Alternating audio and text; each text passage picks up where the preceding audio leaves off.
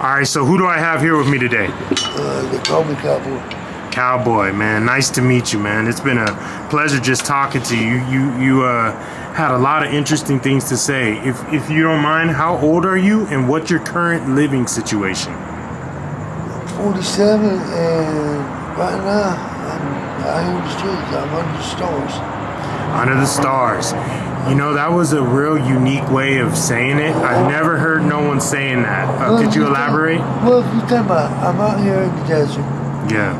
Basically, every night I get lay here, if I can see them, if it ain't too sooty, cloudy, I can lay here with the stars and look at the stars. And basically, you got the moon for your nightlight, and you got the clouds for your blankets, basically. And you know, it's funny, I just thought about it. A lot of people don't realize that if you believe in Christ, your Savior was homeless the last 3.5 years of his life. Man. He spent the last 3.5 years of his life, his ministry time, walking around the desert in the Middle East. I agree, yes, sir. The word. And so, I told somebody, that's funny, I was going to say it. A while back, I told them I was blessed, and they looked at me crazy because I'm homeless. I said, well, I got everything and what I needed. Most of what I wanted, I guess that's blessed, ain't it? Yeah, that would be blessed. That's the time that God revealed to me that I hadn't really never paid no mind, thought about that. My Savior was homeless. Yeah, I agree, man. And a lot of people, I think, forget that. They do. I also think they forget that, you know, they're a drink, a slip, a fall away from being out here homeless themselves. That ain't but one medical incident, I always tell people there ain't but 1 or 2 paychecks. 1 or 2 paychecks away from being, yep. Or, like me, I was working, I have stayed in a motel room over here in Mexico for 5 months until I had brain surgery. Brain surgery? Yeah, I had an abscess on my brain and I had to have emergency surgery. And how long ago was that, man? First week of March last year. Wow. It's been a year now. And I had brain surgery, went in the nursing home for 2 months. While I was in the nursing home, my wife passed. So that left me by myself. And after being in the nursing home for 2 months, they discharged me to the streets. And you had nowhere to go. How long were you and your wife married? We were there 12 years. Man, that's amazing, man. One of the last things she said to me was about being soulmates. At about time when she passed, we were 2,300 miles apart, and I knew it before my kids, anybody knew. I knew she was gone. I could feel it. I called my kids asking them if they had seen their mom that day. And so, man, that's how I talked to her last night, and I just couldn't have my son or my daughter go over there and look, because I didn't want them to be the ones to find their mom. I already knew she. That's why I was calling each one of them. So I finally realized. So you kind of felt it. So you guys had that kind of energy where you could feel each other, right? Yeah. Even if you guys weren't around each other. Yeah, she knew my heart. I knew her. She knew me better than anybody. Now I gotta ask you, are you from Arizona? No. 90% of the people that I talk to that are homeless out here are not from Arizona. Where are you from, and what was the reason that brought you to Arizona? I'm from North Carolina. I drove somebody out here. Me and my wife did, and I was supposed to. Well, what happened? We drove somebody out. I stayed out here a couple weeks, but when it was time for them to go where they were going to go, they were supposed to give me money to go back home, and that didn't happen. But the first week I was here, my mother-in-law passed, so I got my wife on a plane and sent her home, and I stayed. And I was supposed to come home the following week. But the next week, when it was time for the person to go where they were going and give me the money to drive back home, $500 of fuel to go back home at the time, of course, fuel in the truck I was driving. No, that didn't happen. And I had to figure out my own way home. Well, during the time my phone crashed, I lost contact with my family, and it was just a mess. And I ain't gonna have brain surgery. Yeah, I'm sorry to hear that, man. That's awful. And see, well, yeah, it was a wild time because When I first got here, I got drugged and robbed, and they said I'm a PTSD flashback upgrade man, so I went through a real bad time. And I had a friend that kind of helped me process and deal with all that, because for the first time I was away from all that and my kids, and having to deal with all this stuff, and just, you know, just it was a mess. And what's crazy is that last December, a friend passed, and one that helped me process and deal with everything, Yeah. get myself together, and trying to get up and get home. And then, first week of March, I had my brain surgery, and then first week of April, my wife passed. And then first week of May, that's when put me on the street. So, not to skip past that, but what's it like out here on these streets out here, just being by yourself? Just you. You're like, what's it like out here? Do the storefronts treat you guys nice? You were saying earlier that some people help you and stuff. Some places, there's one of the Filibertos right there by where we're at now. The people that work there are some of the nicest people I've seen anybody out here. That's awesome. It's man. obvious that man is a God-fearing man and his family. There's other people that will treat you horribly. Some places, I'll give you examples. One of the places right here on Mill Avenue, there's literally slot there. They have a walk-up window. They literally shut and lock it as you're walking up to it.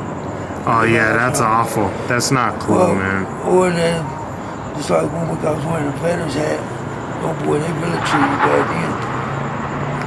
I had security on the real thing for a service at military. Wasn't even a minute. They told me to get off the train. Yeah, that's awful. I've had bus drivers walk up, look at you, and then drive away. Yeah, that's what we're trying to change here. These are educational videos, and we're definitely in hopes that, someone or somehow, this could change. I don't think it's right what they're doing, especially the urban camping. Well, here's what's the problem in this file. There's a stigma, and I was talking to somebody the other day, and another person. They judge everybody. They automatically, if you're homeless, you're a junkie, strung out there. There's different types of people out here on the street. There's somebody that's out here, yeah, they're junkies or strung out on drugs. They still need help. Yes. There ain't a place to judge them. Bible tells us to be careful about how we judge, because what measure we judge, we shall be judged by. True. And then we're going to be judged by the righteous one. That's going to be the worst. I agree with you on that. But there's some people that leave everything trashed. They steal something. They stay strung out. They just do a lot of things that I don't agree with. Mm-hmm. It's like they have no integrity Or no morals or something. Exactly. Yeah. And it's funny you say it, because I made a comment one time in front of that the person got on this or that drug and they lost their integrity. And no, they didn't have it before, because I had been on drugs my life. And like my aunt said about me one time, she I was the workest person she'd ever seen. Yeah. There anybody could say anything about me. I used drugs not because I was never a burden on my family or society. I always worked for what I wanted. Man. And where it required me working 7 days a week from sun up to sundown, I did it. Instead of stealing, I always, anything I was doing, I'd go get it, I'd go home. I always took care of I had a place to live and took care of my responsibilities first. But out here, they judge everybody as a straight junkie, regardless of what reason you're on the street, what happened, or anything. It's like me, they automatically assume I'm a junkie or whatever. But the only reason I'm on the street is I had brain surgery and I'm waiting on disability. I got nowhere to go. And so how long have you been waiting on disability? It's been Since the surgery or before that? No, since my surgery. No, Okay. I worked before that. I worked for 30 years. Over 30 years. Wow, that's... Okay, so how long has it been? About a few months then? They filed for it, I don't know, 6-8 months ago. Okay. Man, well, I hope you get it. That's awful. I can't work now. No place will give me a job. I Yeah. got a 2-inch hole in my head. Have you tried to do rapid housing? How do you feel about that? What is that? That's my phone, but how do you feel about that? What's rapid housing? That's where they give you a house voucher. Have you ever heard of that or? No, that one. I know some people get help someplace. I know a friend.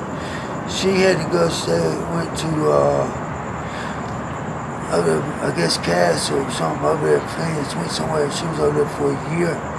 Yeah. And then they helped her with get an apartment. But it took a year being over in the place where she was sleeping in a tent. Yeah, I've seen so many different people get house vouchers, and then They help who they want to help. they'll do something that's wrong, and then or like they'll let a lot of people stay in there with them, and then they end up getting kicked out, and then they need to get another house voucher. So I tell you that. But a lot of times with these programs, yeah. I got issues with some of them, man. Why is that? Their pad number, what they do, you go to a place and you need help with something, right? Yes. I have several places try to send me to rehab instead of giving me the help I need with a place to stay. I'll give you an example, okay? When I was in a nursing home, when I first went there, they told me they were going to help me with housing and everything I needed is that. And my doctor at the clinic I go to, my doctor told me if they couldn't get me housing, let her know. That way she could help. She had resources they did. Yeah. They tried to work something out before I got out so I'd have somewhere to go. But when they figured out that I was recovering addict, that I was on methadone, that they didn't do anything for me. They did everything they could to hurry up and get me out of that nursing home. Man, that's shut me awful. out. I'm sorry To the about that. point that there's a lot. They did incomplete discharge. A whole lot went on with that. Yeah, But anyway, that's not they good. didn't tell my doctor anything, so it left. Because her point was, while I was in the nursing home, it would have been easier to get me in somewhere than when I'm out. It needed to be done before I got out. It should have been, yeah. It would have, and now that I'm out on the street, it's harder to try to get you into a place. Yeah, I mean, being a that's- single male, it's hard. They're not going to help you. So basically, they only want to help people who are What they addicted do- and drug no, addicts. What and they, stuff? no, it's not it. What they do is, say you go to them, I'll give you an example of what they done to me. Back in September, I wanted to go home. My daughter was getting married. Yeah. I wanted to go home. Okay? I wanted to go walk my daughter down that aisle. Cass, my counselor talked to Cass for a month at CBI about giving me a bus ticket to go home. Yeah. They would tell her I need to go do this, I go that. So I'd go do everything they said. Go get Cass ID, go there. And what would they say after? They waited until the day I was supposed to leave to tell me at 5:30. They told me they didn't have a bus ticket for me. Man, And then there that's wasn't enough awful. time for me to go. And just like she called the VA, after that she tried to get me other places. All they ain't doing is she even called the VA. And here's what they done. Go to them, she was trying to get me a ticket home. That's all we wanted. They tried to send me to rehab. Same thing nurses home do. And it's like I got mad cussing people out over there. I said, all you're doing is like about your pad numbers. What they do, they'll send you to a program you don't need. Yeah. And don't give you the services you do need so they can help you, justify having you that program. They take people and put you over here, to here, to here, to here, to here, jump through all these unnecessary things before you ever could get to what you need. Need or want, yeah. Yeah, and a lot of times you so frustrated you never get to what you really needed, but they're doing it to justify the pad numbers to justify having that program. Yeah, If I agree. they don't have a certain amount of people go through this program, they gonna get money for it next year. Yeah, because they get those grants. Exactly. So what they're doing is having people go through a bunch of unnecessary shit, just so they can say they got them numbers, they had them numbers up. Meet And the it don't quota. takes you forever to try to get the help you need. Yep, A lot I of times agree with ain't. you. Or And you get that's, so fed up with them. It's like they said something to me about going to Cass or CBI. I told them right straight, and you can hang that up. I ain't got no use for them. yeah, it's sad, man. I'm sorry that you had to go through that, you But I'm know? gonna be on the street. I mean, God revealed to me I ain't realized. My Savior was homeless for 3.5 years. He ministered. Yeah. Okay, I'm in the desert. It ain't like I'm back home where I'm from. You live on the street, you get around like this. But Yeah. out here, I'm in the desert. It don't get but so cold. It don't rain that much. Oh, I know. A couple times it's rain. Yeah. I get out of the rain, go, you know what I mean? Other than that, Do you like it better here or North Carolina? that's a loaded question. I'm a country boy. I grew up. I'm on the coast of North Carolina. I love the water. I love being around the water on the boats. Yeah. I think that's one of the reasons I still keep coming up here in Tempe by the lake. I'm always down by the canals around the lake. If you get looking for me, find water. I'm somewhere near the water. But see, I'm also a Cancer, so. Yeah. But I like certain things about there. Some things about here, like I had COPD. Yeah. And I can breathe better out here. There's certain things I like about here. Yeah, that makes sense. So it's like even kind of. There's some things I like about there, there's some things I like here. Yeah, that makes sense. I love being out here in the desert. I love the scenery. I love the air. Yeah. The atmosphere, the air, the dry heat. Yeah, it gets 115, 20 degrees. But to me, that's better than being 100 degrees with 98% humidity. Yes. Yeah, that's worse. I agree. Now, the police, how do they treat you out here? As far as we talked a little bit about urban camping and the rules and regulations of urban camping, you know, it seems like they're just pushing all the homeless people farther out. What would you say about that? Yeah, it seems like they're trying to abolish anyone who's homeless. No, they're trying to get rid of us. Yeah. It's just like the other week, about a week ago. Yeah. 2 weeks ago, they told my friend over in Mason, officer told him to get long-term housing, he wouldn't have to see his pretty face no more. I mean, they just seek it. They run around and look to target the homeless. Yeah, I know. They're probably It's trying awful. to run us out, trying to do anything that can either get us in jail or make us go into hiding. And the majority of them are going to hiding. And when they go into hiding, they come and find them anyway, Oh right? yeah, that's how they search for us. Yeah. Well, man, that was great. You gave me your story. I really appreciate you doing that. Thank you so much. It was a blessing, as you would say, and you know, I thank you for your time. And there's one thing to say. This is the only Yeah, go ahead. the only state I've ever been. I've been all over this country. I've lived up in Ohio. I've been on Cincinnati, all over Atlanta, everywhere. I lived in Florida, on the streets of Florida. It's the only place I ever been where your rights don't matter at all. yeah, I Especially, agree. I mean, there's some of us that law will beat the shit out of you for jaywalking. Yeah, I agree. I've never seen a place where it don't matter what your rights are, they're gonna do what they want to do. They'll do whatever they want. Yep. I Downright, agree. they lie about it. They lie, say you trespassing or something. You're not, just to justify what they want Just to do. mess with you. Yep. I agree. Yeah, it's pretty heinous. It's not cool, and that's what we're trying to change here. But like I was saying, man, I want to thank you for this interview. It's been a pleasure talking to you. You always have something good to say, man. A lot of knowledge in what you were saying, a lot of truth there, and thank you so much, man. Next time I see you, hopefully we could do an update, and you'll be doing better than you are today, man. Thank you so much. I'm blessed right now, but things That's get better. amazing. Things don't get better. Yeah. God takes care of me every day. And I mean, how many people don't get hit by a train and get up and walk away? Yeah, that's awesome. Yeah. Shout out. Yeah, thank you. Yeah, thank the Lord for that, man. That was only a month ago. Yep. Like I said, God takes care of me and protects me every day. All right. Thank you, man.